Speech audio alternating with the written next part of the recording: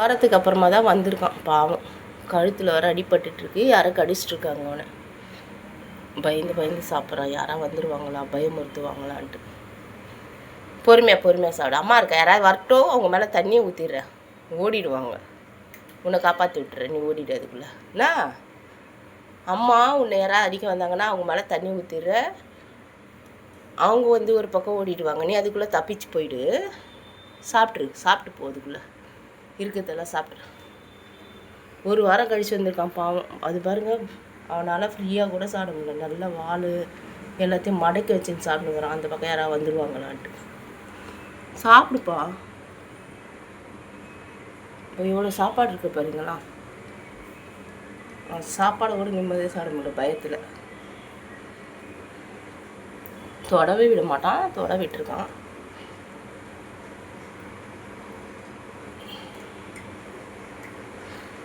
ஒன்றும் இல்லை நீ சாப்பிடு, நான் பார்த்துக்கிறேன். யாராவது வந்தா பயவிடாத. ஐயோ வந்துட்டாங்களா? சாப்பிட்ற, அம்மா பார்த்துக்கிறேன், நீ சாப்பிட்றா. தண்ணி ஊற்றிருண்டா அம்மா. என்னடா போகிற? எப்படி பீறி வச்சுருக்காங்கப்பா பாவம். போயிட்டான். வேற வராங்க பொழுது. ஓடிடு ஓடிடு ஓடிடு ஓடிடு போ.